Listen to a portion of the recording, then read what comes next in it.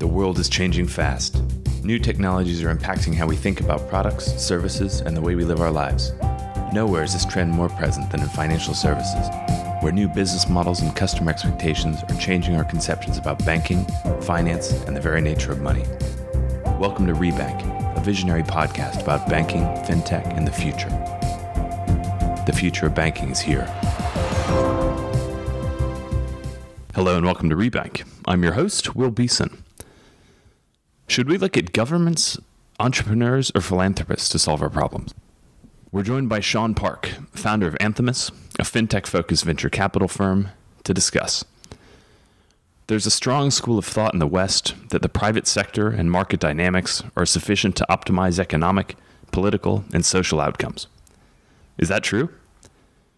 Thinkers like economist Carlota Perez believe the government plays an important role in directing private sector activity to enable true innovation. The Chinese government is actively prioritizing AI research in an effort to become the world leader in the next wave of technological progress. A growing group of voices in the West is reminding us of the role the U.S. government played in the development of the internet and calling for renewed public sector involvement in business. Sean was an early investor in Climate Corporation, Market, Betfair, Zoopla, and is widely recognized as a leading independent thinker on the future of financial services. Do you have an opinion on this subject?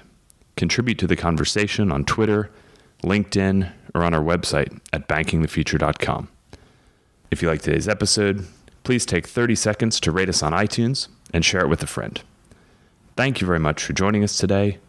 Please welcome Sean Park. Sean Park, welcome to Rebank. Thank you. Thanks for having me. You're the founder and chief investment officer of Anthemis. That's right. So you're a London and New York based fintech focused venture capital firm? Is that a fair description? Well, so we have people in offices in three places: Geneva, London, and New York, and we operate mainly in Europe, and I guess you have to say the UK. We used to include the UK as Europe, and the US. But we do have some investments and do some things outside, but our main focus is Europe and the US for now anyways. But we just did a great episode, actually not long ago, with Leslie Campisi, the chief marketing officer of Anthemis, and we talked, we explored the interesting question of is there a role for humans in finance? Don't know that we came to a definitive conclusion, but it was certainly an interesting conversation, and we got a bit of insight into the work that you guys do at Hacking Finance, the platform that you guys have built out, I guess, from an annual retreat into a kind of website, magazine, thought platform. Yeah, and hopefully, aspirationally, maybe a movement one day. I mean, that's sort of where we want to help, what we want to help catalyze. Yeah, well, it's super cool, and very much applaud the work you guys are doing there. And it seemed like it might be fun to explore a bigger question that kind of brings some of that to bear. Who should we turn to when we need support addressing the biggest problems that we as society face? Is it government we should turn to? Is it entrepreneurs we should turn to, or perhaps is it philanthropists or charities we should turn to? I attended an event that you guys at Anthemis did last week, so launching Hacking Finance, and you had a fireside chat with Carlota Perez, so economist and thinker Carlota Perez. And she has a view, if I can kind of distill it, summarize it simplistically, that we're in the middle of, I think, what she refers to as a surge, which effectively involves massive kind of investment in new technology and a bit of financial bubbling and froth early on, over-investment in the infrastructure, a financial collapse, and then a moment of kind of weakness in which government provides direction, which really lays the groundwork for significant paradigm shifting innovation. And I think in her view, maybe the Industrial Revolution was one of these, and we're in one now with the information age. How do you think about the importance of government versus entrepreneurship in the context of innovation? So the short answer to how you started framing this question is it's complicated. The little bit longer answer, I think, is it's all of the above. But the reason I didn't start with it's all of the above and I started first with it's complicated is we need to refactor. So these labels, and we talked about this a little bit at the fireside chat. Labels are super important because they literally, I'm not a neuroscientist, but I believe, we map ideas and concepts in our mind to actually words.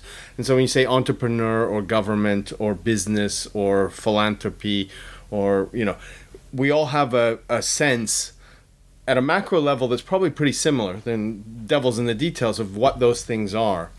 What I'd throw out there as a hypothesis is that those things in this new, to use Carlota's language, this new paradigm that we're entering, techno-economic and socio-institutional paradigm that we're in the process of inventing and will enter, will be different than they look today. And like a frog boiling apart, once we get there, we'll probably be adapted to them. That's what they are. But these transitionary periods, which I think I deeply believe, I think Carlota and I don't agree on everything, but in terms of the details, but we do agree and share the same sort of macro trends, is we're in one of those transition periods. And just to sort of reinforce what you were saying, that the way that she's looking at it is that there's a period where in the past where governments have served, or the public sector has served a very important role of helping societies transition into this new paradigm. And then once they're adapted to, so technology and finance moves first and fastest, and then society has to, and our institutions have to catch up. And then once they do, there's a period of golden age until it's sort of diminishing returns and the next big thing or big change happens, and rinse, repeat ad infinitum. And her thought process is, or her suggestion is, right now we're in one of those transitionary periods, and her maybe sounding the alarm bell is because of some of the events of the last 20, 30, 40 years, and humans are very good at having very short institutional memories. There is this, I think you said this earlier, maybe before we started, this either or, us versus them, business, government, or these sort of different camps, which may be affecting the ability of certainly Western governments to play that role, because there's a sort of societal allergy to that kind of a role, and it's that's an interesting question. I think the transitions that we're going through right now are even more fundamental, sort of one level up in terms of, if you think of them as fractals. This is, and I very much will disclaimer and say there may be risk of confirmation bias, because we always, as humans, think the time that we're living in is the most interesting.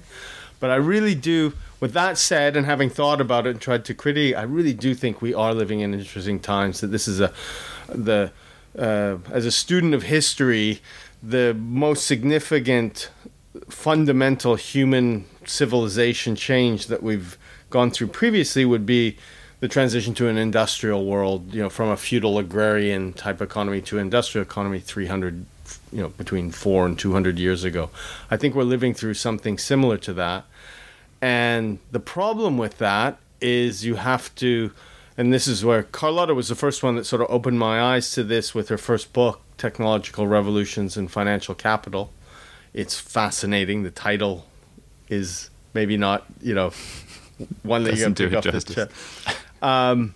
But is this idea that technology and economics, or the sort of that part of the world, moves in exponential surges or bursts, and humans and our institutions, we sort of move linearly. And if you just draw graphs like that, you get disconnects and then they come back together. I mean, that's a very simplistic way of thinking of it, but I think at a high level, that helps visualize. And I think even all of our lived experiences, or even if we're not deep students of history, that sort of kind of makes sense. And the problem is, okay, how do we, and we see that, and I don't want to suggest that I was prescient, or it doesn't even matter if I was or not, or with what Carla was read. Like what I read, she published that book in 2002, I believe, and I read it around that time. And all these things that are happening today, populism, the sort of recalibration of politics from a left-right, which is a very much an industrial age construct. There's nothing wrong with that. Actually, it's a good thing. The politics reflected the challenges and the problems and the different social stakeholders of the time. But all those, I think all of us, either more or less articulate, could feel over the last decade or two that they were becoming less and less relevant. There's this cognitive dissonance between the way the world was set up, whether it's political parties or political systems or government, business, philanthropy, to the way the world really was. And probably the only major stakeholder in that framework that was able to adapt with more speed to it was business, as a oversimplified avatar. And I think, like any system, when you have systems out of balance, I don't know if this is metaphysics or thermodynamics, but systems out of balance are a dangerous thing. And I think that's what we're living through right now, is a system that's out of balance, where some, both at a micro and a macro level, some participants in that system are moving faster or slower, are adapting more with more alacrity or less alacrity, or well or poorly, which is throwing up all these sort of to mix up metaphors. It's like geology. The plates are cracking and the mountains are rising and everything's going off. So I think we need to, and I don't know how to do this, and so putting a bow on it, it's complicated.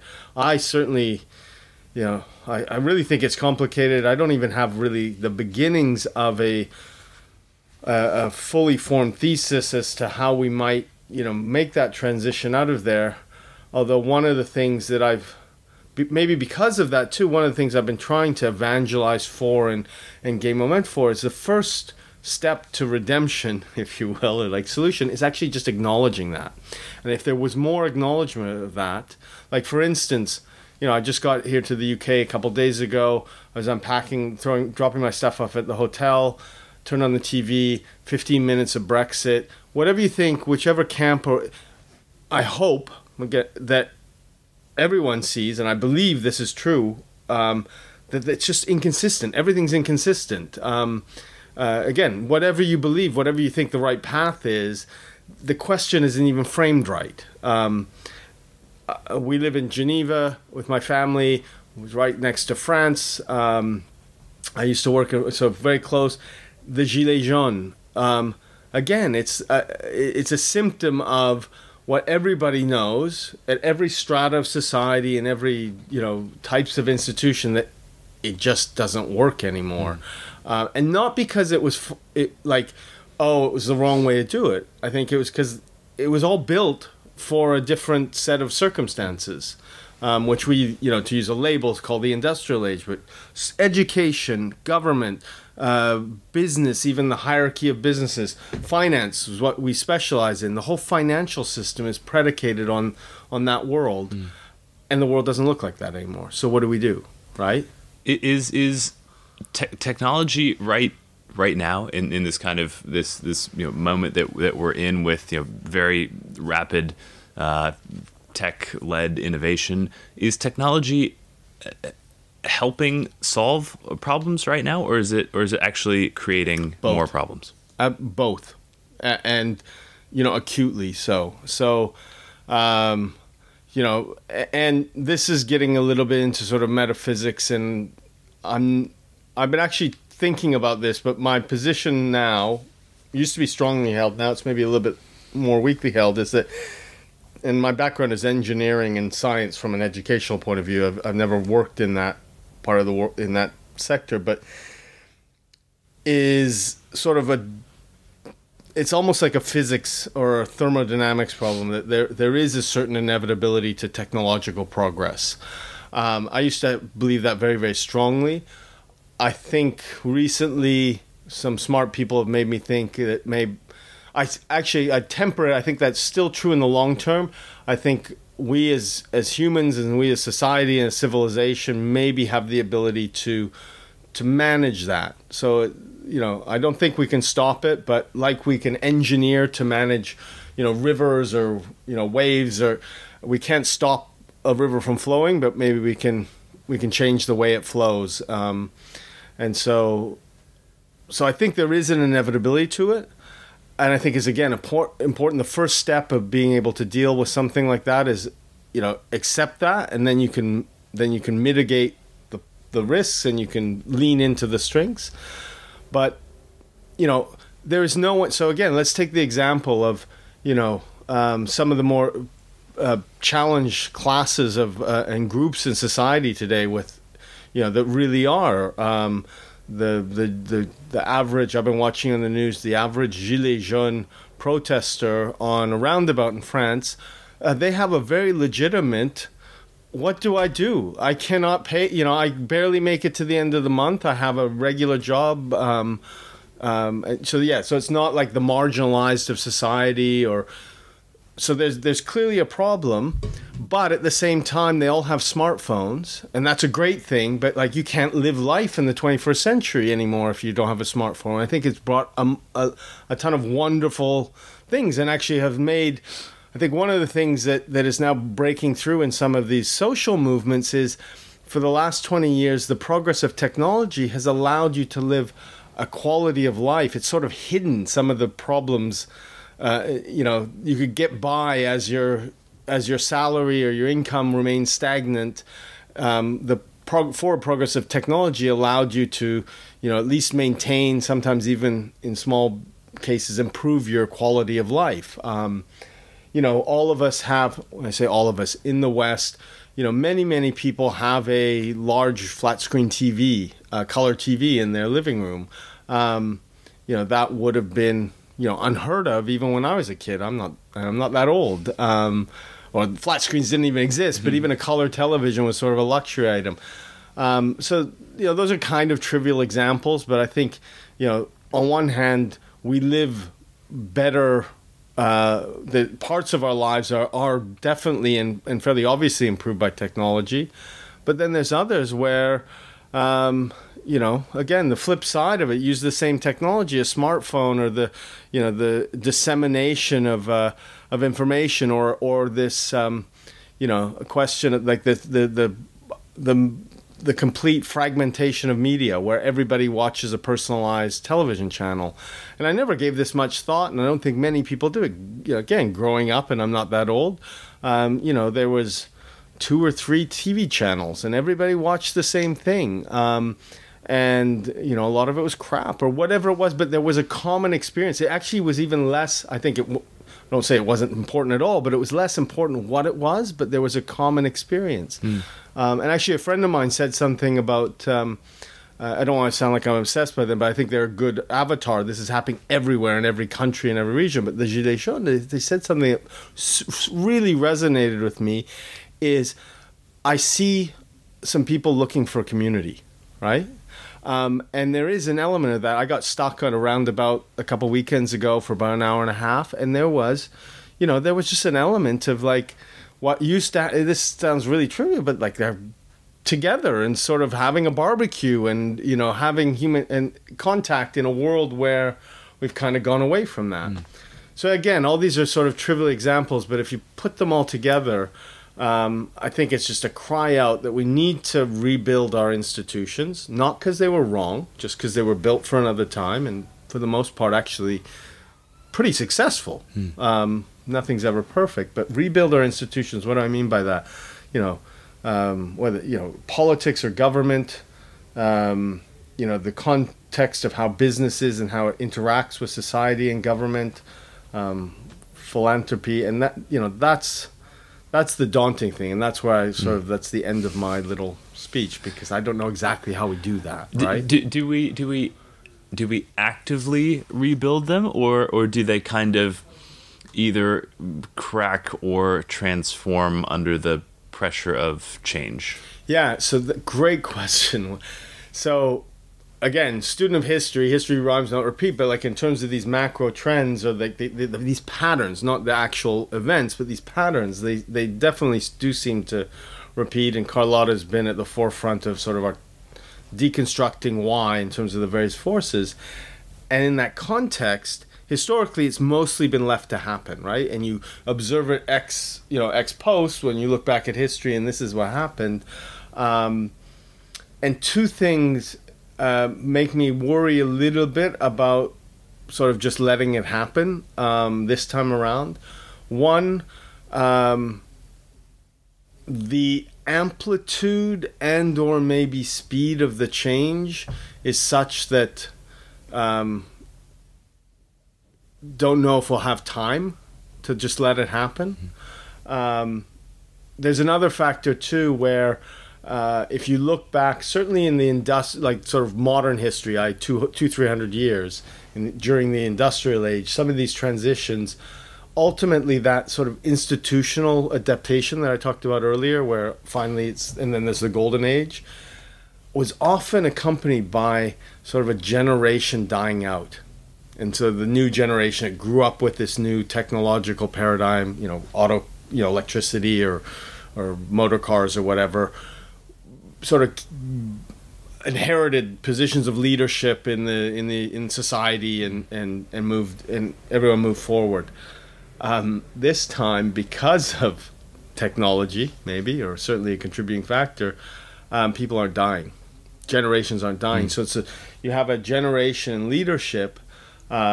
This is not a great dinner table conversation to have with your parents if they're baby boomers. Yes, if you listen to this on your way home for the holidays. As a generation, but I really do think it has an effect where you've got, and not only are they not dying, they're healthy and they're present and they want to contribute and continue to be. And actually, by the way, we probably need them too in terms of the way the demographic pyramid is going. Having smart, energetic, experienced people, sort of forcing them to retire. When I say forcing them, I mean sort of societal conventions to sort of retire or leave the active engagement at 60 or 65 or 70 seems madness. But the counter challenge is, again, historically, there always has been, it sounds morbid, but an element of that, like the new generation takes over and they're in tune with this new way of living and building things, and then it happens again 50 or 60 years later. But so there's a speed and this sort of disconnect, and then the other thing too is this is especially if you look at the most sort of macro, the biggest changes, transition from the feudal agrarian economy to the industrial age. If you look at the turn of the century, which sort of electrification and mass production, sort of the second big wave of industrialization, these changes in human history sadly have always been accompanied by violence, because the only way to change that sort of this institutional tissue of society that we know of from history is through violent change. And I don't think anybody wants that. Beyond the obvious reasons, also, who knows what would happen in, the 21st century with the technologies that we have. Like, I don't think anybody, unless they're a sociopath or a psychopath, wants to, open that Pandora's box. Well, interestingly, and was kind of pulling in another angle. I've kind of been wondering, trying to think through whether we're in a unique place given some of the recent evolution of society, of culture, of technology, of accessibility, of availability of information, to kind of bring to bear a conscience on what we're doing in a way that drives social good, perhaps in ways that were unattainable in the past. I mean, if you in the feudal agrarian age, one individual who wanted to create positive change could, if they're in a position of power locally, could, perhaps increase the quality of living for a few hundred, a few thousand people locally. Now it feels like because we have such resources at our disposal, because technology gives us such power and reach and allows us to implement change quickly, we can really start to implement broad sweeping potentially global or at least international positive changes very quickly. We can probably also align technological innovation, financial innovation, social innovation in ways that kind of maximize social good while still producing positive, investment returns for those who are involved. I know this is a concept near and dear to your guys' heart at Anthemis. I wonder if I don't know. Like, part of me feels like we're in a very good place from that standpoint. We can make more of an impact, and we can do it maybe more quickly and more successfully. But on the other hand, I think you're absolutely right in saying traditionally these periods of transition are characterized by unrest and violence, which we're absolutely seeing. I mean, how do you think about those two components? So again, it's complicated, but yes, fundamentally, I would say my sort of psychological disposition is actually one of optimism, which is, I think, maybe helps me think about things that are structurally challenging, because it can frame them in the upside. But there is a big upside, and one of the debates that we're having now, sort of one of these generic big picture debates, is globalization or not. And there was sort of a trend, the end of history in the 90s, where it was inevitable, and now there's a backlash and a questioning of like what is inevitable, and again, a little bit to your point with technology, I think we actually have a response. I would still be in the camp of it's inevitable. So you can't put the genie back in the bottle, and I'll come back to why. But unlike maybe a 20 years ago version of me, I'm more okay. But we have a responsibility, or I'm sort of probably more cognizant, or it's certainly more front of mind, that we have a responsibility and an ability, if we, as a collective, to manage that. And so again, let's not. I think it, the tidal wave is coming, or whatever metaphor you want to use, that change is happening. But we don't just have to stand here and like get run over by it, but also by either sticking fingers in our ears and going la la la, or even some sort of ridiculous Hollywood engineering program. We will stop this. I think that's also not only wasted resources, but impossible. And the reason why I don't think you can put it back in the bottle, the genie back in the bottle, is that a big part of it's essentially, globalization is just a manifestation of dissemination of knowledge. And once knowledge is out there, you cannot unknow it, right? So, you cannot unknow that it's, this region or that region of the world can do something better. You cannot unknow that the lifestyle of somebody living in, Canada or Japan is X if you live in Bangladesh or Kenya. You can't unlearn that. So, one of the great paradoxes of our age today is that global inequality, if you think of humanity as a whole, is, we're on a very good trend to that reducing. And so at that level, we should be sort of maybe not congratulating ourselves, but cause for optimism. On a national level, in many, and especially in the West, which still it is what it is, it sort of dominates the world conversation or cultural conversations. Of course, it's the exact opposite, right? And that's what people care about, and they're consistent, right? Like, it's pretty easy to understand. I think you'd have to be pretty cold-hearted or not even cold-hearted. It makes sense. It doesn't matter. It was like when when you were a child, I don't know if this, it's like, in India or China or wherever, someplace in the developing world, they'd be lucky to have the toy that you have under the Christmas tree or the dinner on your plate. And that's absolutely true, but it's kind of irrelevant. What matters to you.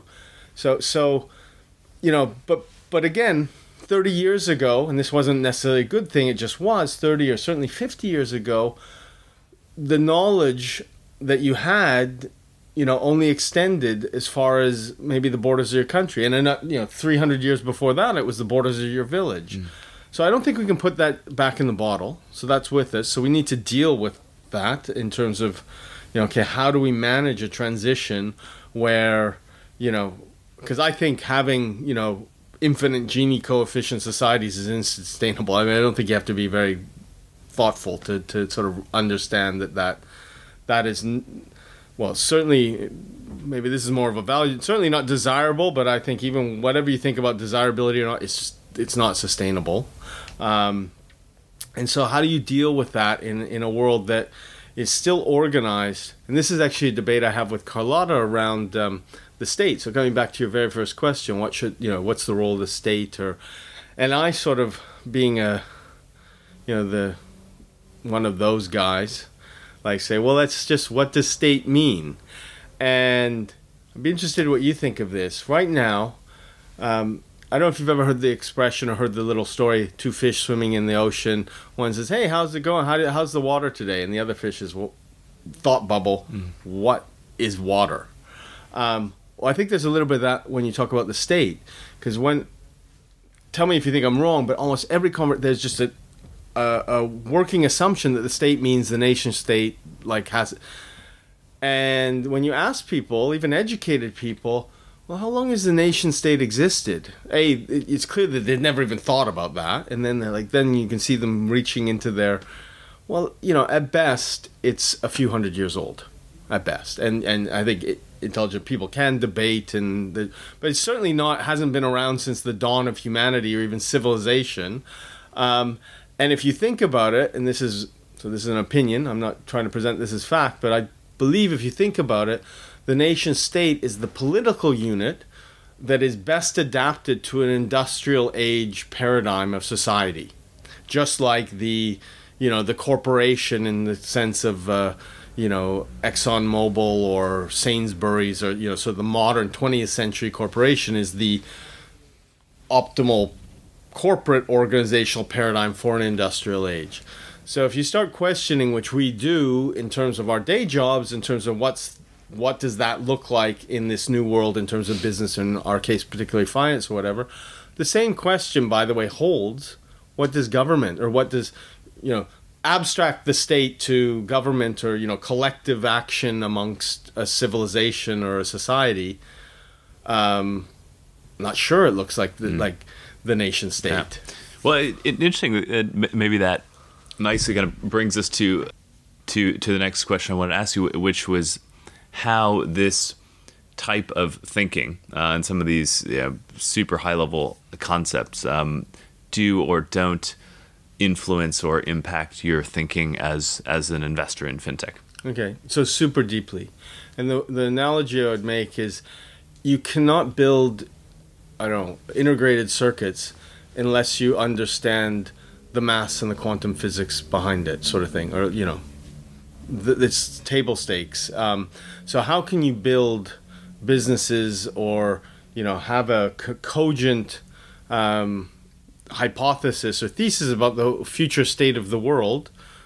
Or, how can you be successful picking businesses and helping build businesses that might be successful in the future if you don't have a robust vision as to what the future state of the world is? So that's the way we think about it. And actually, we probably, well, certainly in the early days, and we try to make sure that we refresh this sort of periodically, sometimes just to reconfirm that we're happy with the way we think, and sometimes to make course adjustments. But that's like the foundation. And then on top of that, and if you get that right, and in the sense of time will tell whether we've got that right or not, but if you get that right, or if you have conviction around that, then it's like, I'm mixing up metaphors all over the place, but it's like, if you're good at if you're sort of an expert at anything, and I think sports is something most people can identify with, at least, that, you know, if you've trained 100 times to do something and you have a solid foundation, something that looks risky or for the average person would be very risky, doesn't eliminate completely, but is much less risky. I think in the context of venture in particular, but even more generally investing, like even investing, there's an element, a very big, reducible element of uncertainty, Knightian uncertainty, and then thus risk. So if you can sort of reduce that as much as possible by at least framing it, that's super important. And our framing is thinking, you know, macro, bottom up, how is society going to change? And I think there might be a little bit of sort of what I think is representation bias, i.e. seeing the world, you know, what you do is important. But given that finance, if you, again, abstract finance, it's a fundamental system of a civilization or a society. And so in some ways, it's even more important that we have an understanding of what that society and societal infrastructural framework should look like or will likely look like, to then tell us how, you know, you should build the finance of the future. And I'll give one example that I think maybe many of your listeners might resonate, very sort of a high level, simplistic, but directionally, I think quite powerful is, and again, like no fish think of water. I don't think many people, and including, and maybe especially in finance, think of this or have thought of this. And when you tell them, they have an aha moment, is context consumer financial services. Here's a proposition. All the consumer financial services that we know today, and the way that they're built and how they're offered with all their variations, are in the West anyways, are predicated on a very mass market life cycle, i.e. we are born, we are educated for 10 to 25 years, we work for 20 to 50 years, we retire for 0 to 15 years, and then we die. If you think about, you know, lending, mortgages, savings, everything is predicated on that being, you know, if we serve that market, we're good. And again, and everybody, you know, again, as soon as you say that, yeah, that makes sense. That's the way, and especially if you're a bit knowledgeable about the sort of behind the scenes and in the weeds in finance, that's how everything is built, from macro stuff to micro stuff. And that makes sense because that's the way the world looked for the last 50 years and maybe even longer, the last 100 years.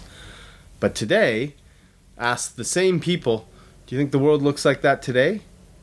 Maybe, maybe not, depends where. Do you think the world will look like that in 10 years? And almost universally, like cuts across like it's now become obvious. No, of course, the world is not going to look like that in 10 years or 20 years. So for us as venture capitalists or as investors, that for us is big opportunity space. Okay, so what do the businesses look like? What do the savings businesses or lending businesses are like? And try to break it down actually into fundamental. What are you providing? You know, finance essentially is moving capital around, either in time or space. That's what finance is. Over what time horizon are you kind of forward planning as you inform investment decisions? So we have 3 time horizons, and we call them. This is super top secret, super innovative. Horizon 1, 2, and 3. I'm not making that up. I'll cut this part before it goes out, exactly. So you don't divulge it. Well, you can talk about just the names. The names were very sensitive. We thought long and hard about that. So Horizon 1 is short term, but short term for us, or Horizon 1 for us is 3 to 5 years, 3 to 6 years. And the reason I say for us is I would say, insofar as you were to overlay our Horizon 1, 2, 3 language on most of the business world, or even just most of civil society, short term, I think for most people means, certainly in the business context, you know, 1 to 4 quarters. Horizon 2 for us is sort of 10 to 15 years, or that sort of 10 plus or minus.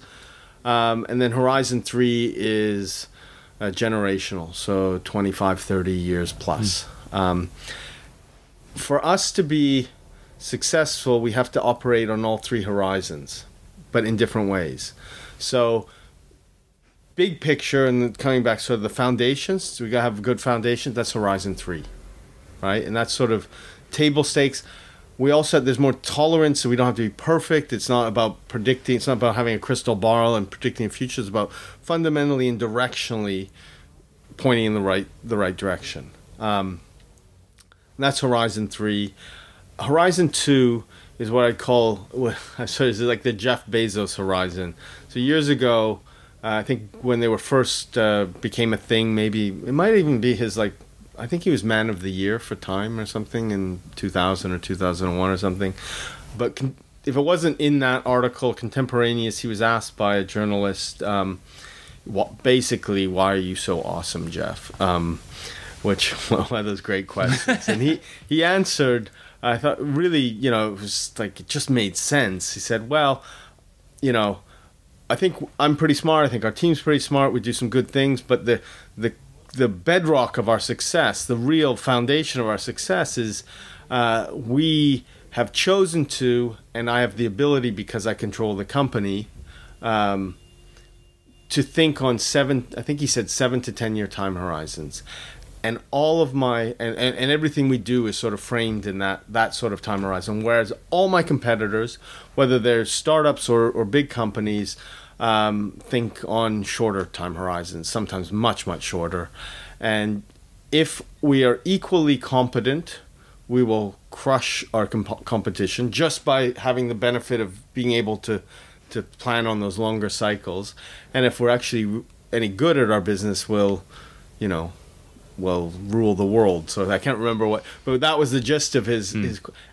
And I think both were true. I think they are quite good at what they do, and having that long-term horizon. If you think about it, and when we have private conversations with senior executives at larger companies that don't have these time horizons, that they get it, right? They know, like, it's not like, this is not magic, and it's not, it's not some secret thing but there's sort of this confluence of circumstances that means, well, yeah, but I've got, this year, maybe 2 years to do X, and then it's always mañana, I'll do it later.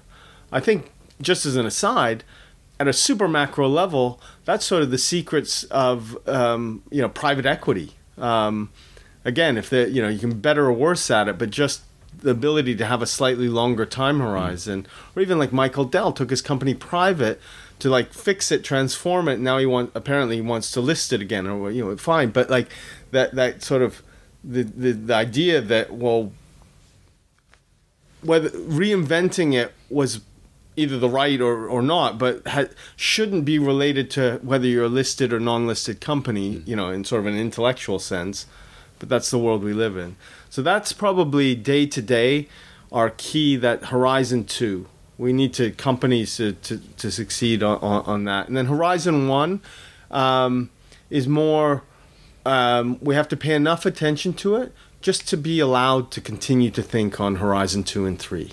The real juice is in Horizon 2 and 3, but I think it would be, I think it's sort of a good humbling or like focus to say, okay, we need to articulate to ourselves and to other people, why they should keep giving us the, whether that's finance or freedom or whatever, they're all interrelated, the ability to keep proceeding towards those longer term horizons. Interesting. So maybe just to pull a few threads together and wrap up, we kind of mentioned the mission driven or purpose driven concept, certainly some of the institutional changes that probably need to happen, the way that technology is progressing, and potentially the ability to overlay good on the way the world is moving.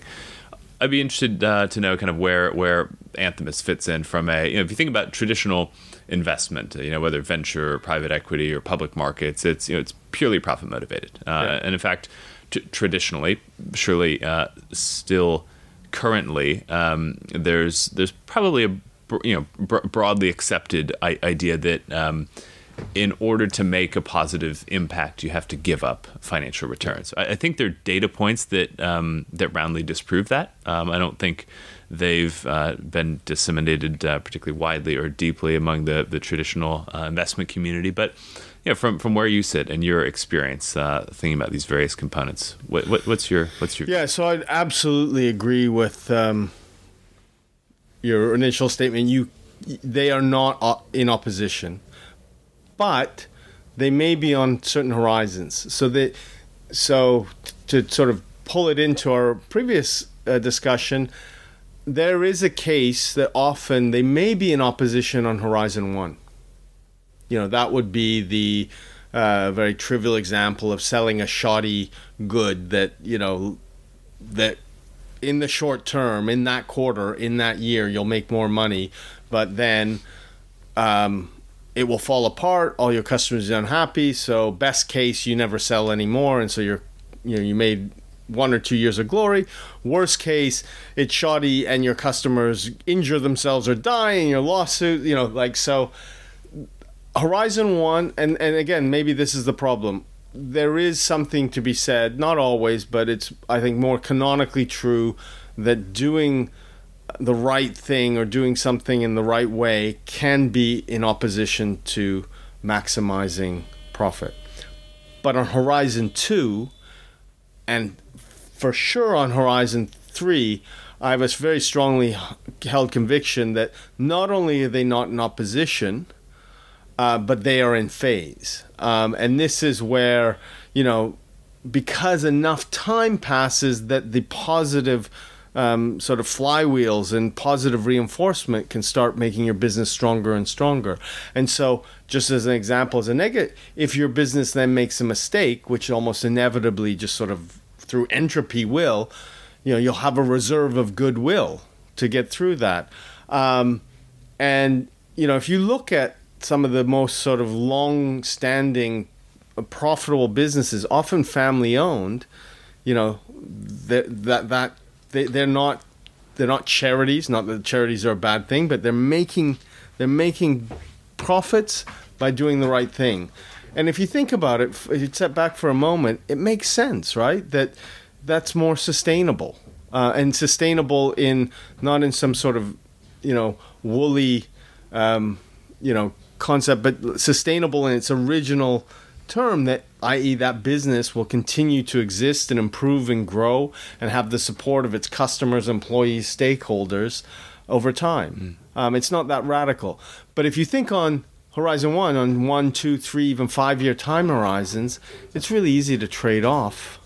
Then it can become stark. And I think what we've had, certainly at the end of the 20th century, this has always existed, but maybe it is, with life feeling like it's accelerating, and maybe it is or isn't, and this sort of, that's the next guy's problem, right?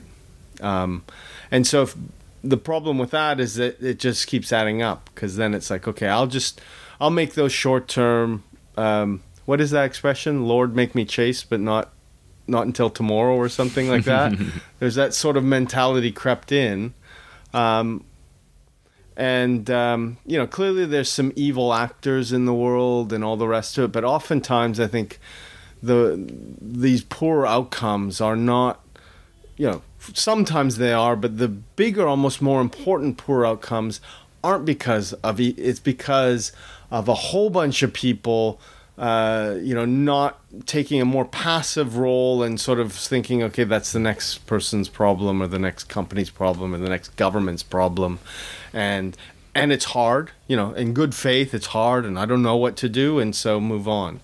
So maybe that pulls it all back into how we started. Is I think the starting point that we try to spend a lot of time in terms of our positioning and trying to make an impact on the bigger picture, both in finance and outside, as finance is a part of everything else, is this trying to get people, and this is why we're a great supporter of Carlota's work, to acknowledge that we're in this fundamental change, and it's okay not to have all the answers. Like it's okay. We don't have them, but let's all step back together and figure out and start running some experiments. Whereas I think where we're stuck now, and I'm very optimistic that we'll get out of it, but we're stuck in these loops where we're not having those conversations. We're having the sort of soundbite, quick fix, fake news, where we've moved to the point of cynicism, where everybody in that conversation, and I really mean everyone, and all across society, from our leaders, knows that that's meaningless. And so my hope, not to end on a pessimistic note, is that that's sort of the darkest before the dawn, and I just hope we can find as a society some constructive ways to go forward and start building what could be, a very inclusive, very successful, where technology makes us as individuals, our societies, and humanity as a civilization, better off. I deeply believe that, that future is possible, but I just hope we don't snatch defeat from the jaws of victory. Well, what a perfect place to end. Sean, it's been really wonderful chatting through these not simple questions with you. You're an extremely thoughtful guy, and I think lend a lot to dialogue on these topics. So, thanks so much.